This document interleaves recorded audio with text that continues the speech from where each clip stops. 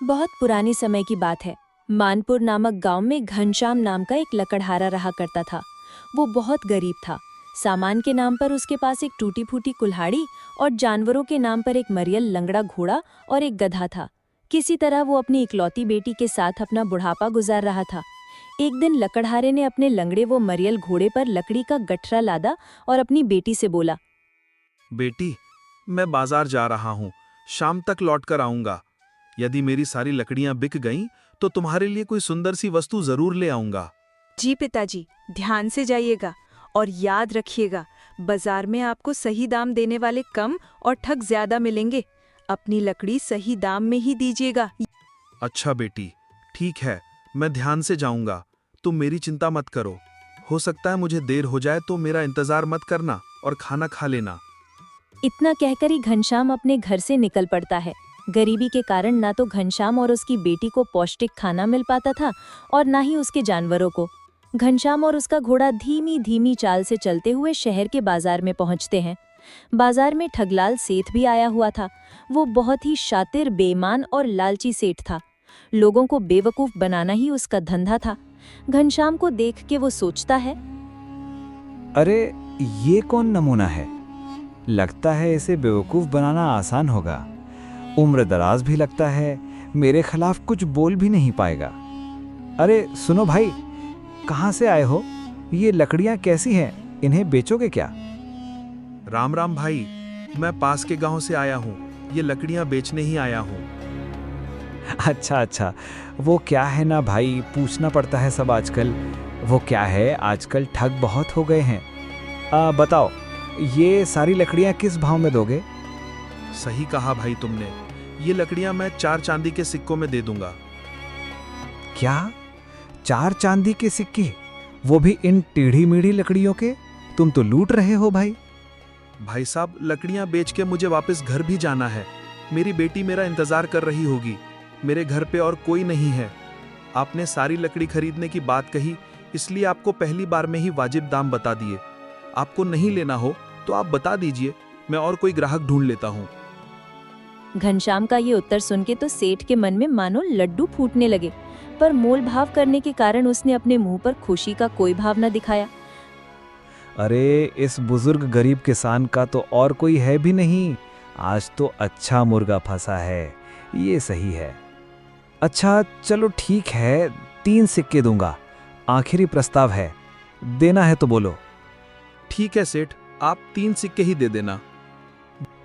एक और बात सुन लो किसान, तुम्हें ये लकड़ियां वैसी ही देनी होंगी जैसी अभी हैं। बताओ, शर्त मंजूर है? जी सेठ, इसमें कौन सी बड़ी बात है। मैं आपको लकड़ियां वैसी ही दूंगा जैसी अभी हैं। ठीक है, मेरा घर थोड़ी ही दूरी पे है, आओ चलते हैं। घनश्याम सेठ के साथ उसके घर जाने के लिए चल पड़ा। धीमी धीमे चाल से सेठ, घनश्याम और उसका घोड़ा सेठ के घर पहुंचे। सेठ के घर पहुंचते ही घनश्याम ने घोड़े से लकड़ी नीचे उतारनी शुरू कर दी। अबे ये क्या कर रहा है बे तू? सेठ जी, मैं ये लकड़ियां नीचे उतार रहा हूँ। ये आपका ही घर है ना? अरे हाँ, घर तो मेरा ही है, पर तू भूल गया क्या? तूने किस शर्त पे हाँ कहा था? तूने कहा था कि लकड़ियां जिस हाल में हैं उसी हाल में तू मुझे देगा। लकड़ियां घोड़े पे हैं, यानी ये घोड़ा भी अब मेरा हुआ। अपने चांदी के 3 सिक्के पकड़ और निकल यहां से। ये क्या कह रहे हैं आप सेठ जी? आपने मुझे बेवकूफ बनाया है। शब्दों के जाल में फंसाकर आप मेरे से मेरा घोड़ा छीन रहे हैं।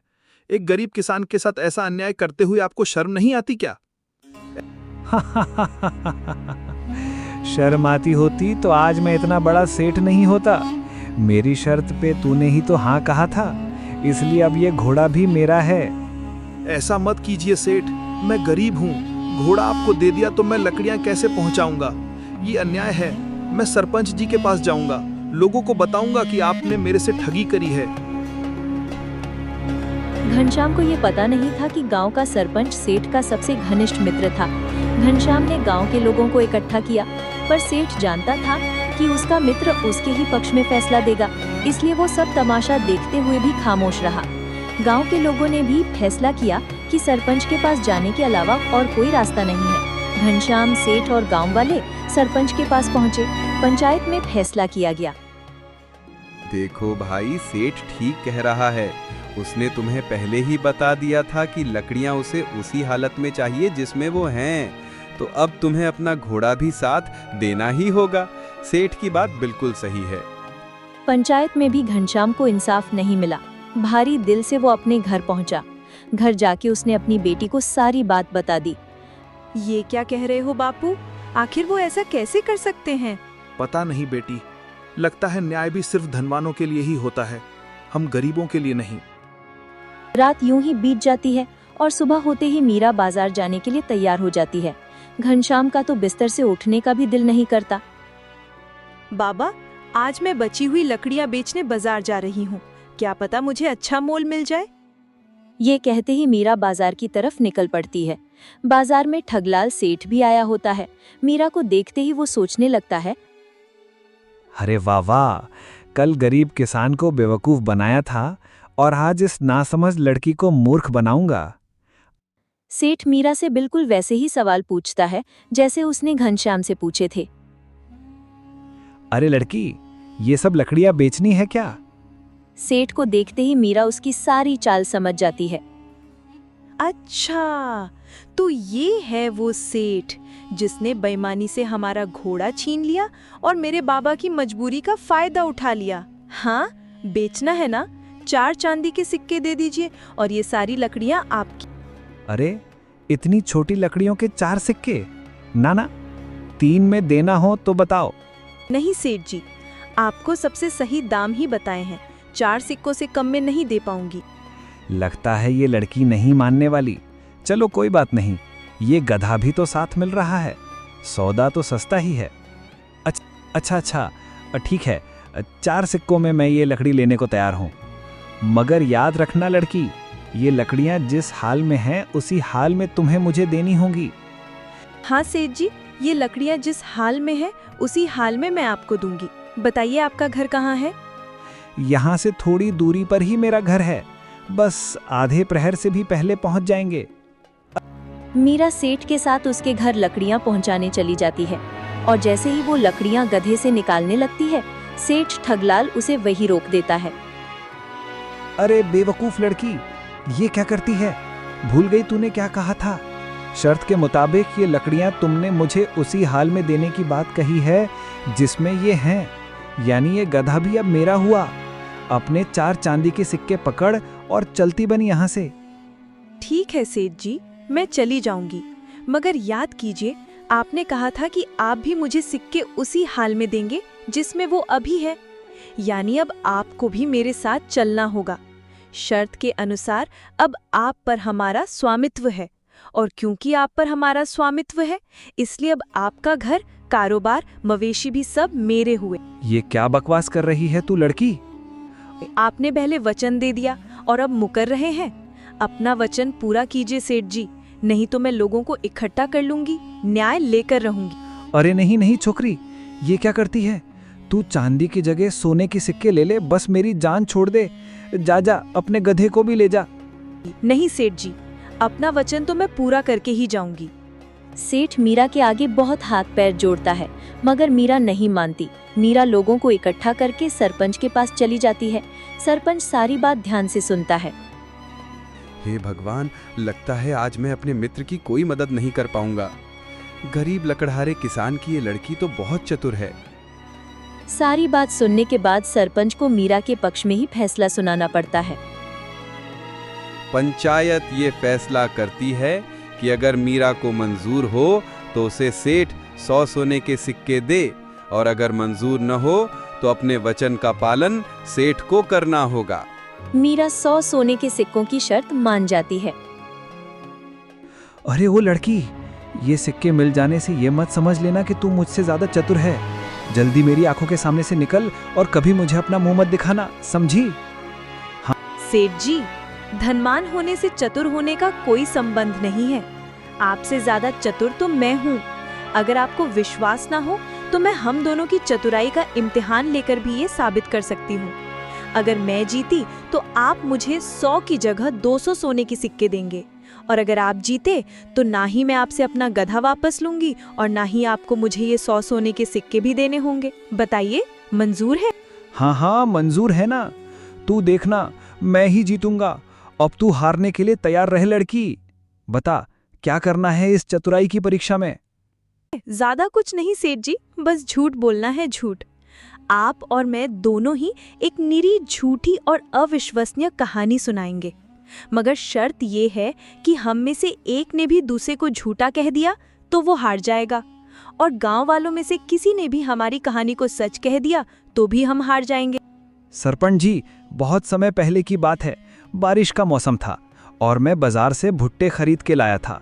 जैसे ही मैंने वो भुट्टे के दाने उबाल के खाए तो मेरे मुंह में वो फंस गए। मैंने उन दानों को अपनी छत की बालकनी से बाहर फेंक दिया। अगले ही दिन देखा तो मेरे बगीचे में 2 छोटे छोटे मक्के के पौधे उग रहे थे। देखते ही देखते 1 हफ्ते में वो विशाल पेड़ बन गए और 1 महीने बाद तो वो पूरा खेत ही बन गए। मक्के को बेचने के लिए मैंने 10 गधे खरीदे। गधे मक्के के खेत में गए तो मगर वापस नहीं आए। मुझे लगा फसल कटेगी तो वो मिल जाएंगे, लेकिन फसल कटने पर भी वो नहीं मिले। मैंने कुछ दिनों बाद जब अपनी फसल के मक्के की रोटी खाई तो 2 निवाले खाते ही मेरे मुंह से ही हा की आवाज़ें आने लगी और सारे 10 के 10 गधे मेरे मुंह से निकलकर बाहर आ गए। अरे ये कैसी कहानी है भाई, ये तो निरा झूठ है। हाँ, हम सबको यही लगता है कि ये कहानी झूठी है। देखा लड़की, लाओ दो मेरे सिक्के वापस। अरे आप जैसे धनवान लोगों के साथ तो इससे भी ज्यादा विचित्र घटनाएं घट सकती हैं। पहले आप मेरी कहानी तो सुन लीजिए सेठ जी।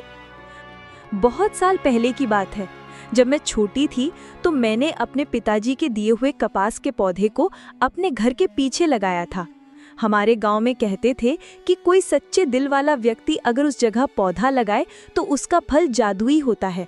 हुआ भी ऐसा ही। वो कपास का पौधा 6 महीने में ही एक विशाल पेड़ बन गया। उसकी शाखाएं पहाड़ों को भी शीतल छाया देती थीं। अरे भला हो उस बच्ची का यार, इतनी तेज गर्मी में भी इतनी शीतल छाया हमें उस नन्ही बच्ची के कारण मिल रही है। वाह। जब मैं बड़ी हुई तो मेरे बड़े भाई ने निर्णय किया कि उस पेड़ पे लगे कपास को हमें राजा को बेच देना चाहिए। राजा से उन्होंने बात की और राजा ने हमारे कपास का अच्छा मोल लगाया। 7 घोड़ों पर लादकर मेरे भैया कपास बेचने के लिए निकल गए, लेकिन रास्ते में ही एक सेठ ने मेरे भैया का सारा कपास और घोड़े छीन लिए। उसके बाद मेरे भैया मुझे कभी नहीं मिले। पर अभी कुछ ही दिनों पहले मुझे एक साधु ने बताया कि मेरे भाई को गायब करने वाले कोई और नहीं बल्कि यही ठगलाल सेठ हैं। अगर मेरी बात पे किसी को विश्वास ना हो तो पूछिए इनसे, मैं सच बोल रही हूँ या झूठ। अरे ये क्या हो गया? ये लड़की को अगर मैंने कह दिया कि ये झूठ बोल रही है तो परीक्षा हार जाऊंगा, फिर इसे 200 सोने की सिक्के देने पड़ेंगे। और यदि मैंने कहा कि ये सच बोल रही है तो बुरी तरह फंस जाऊंगा। बात राजा तक पहुंच जाएगी और मुझे बंदी भी बनाया जा सकता है। 200 सोने के सिक्के इस लड़की को देके काम निपटा देता हूँ। हाँ, यही सही रहेगा। अरे ऐसा कैसे? ये लड़की झूठ बोल रही है सरपंच जी। मैंने इसके भाई को गायब नहीं किया है। मतलब आप अपनी हार स्वीकार करते हैं सेठ जी? तो लाइए फिर, दीजिए मेरे 200 सोने के सिक्के। मीरा खुशी खुशी अपने घर वापस लौटती है। आखिरकार गरीब किसान की बेटी ने किया ऐसा काम कि सब हो गए हैरान। मीरा की चतुराई की सब जगह प्रशंसा हुई। अरे बेटी अकेली आ रही हो? घोड़ा कहाँ है? लकड़ियाँ किस दाम में बिकी? घोड़ा तो नहीं है पिताजी, लकड़ियां भी नहीं, लेकिन ये 200 सोने के सिक्के जरूर हैं। मीरा विस्तार से अपने पिता घनश्याम को सारी बात बताती है। वो सब बात सुनते ही समझ गया कि वो दिखने को तो गरीब था, लेकिन उसकी सबसे बड़ी संपत्ति तो उसकी हीरा से भी बढ़कर मूल्यवान उसकी चतुर बेटी मीरा थी।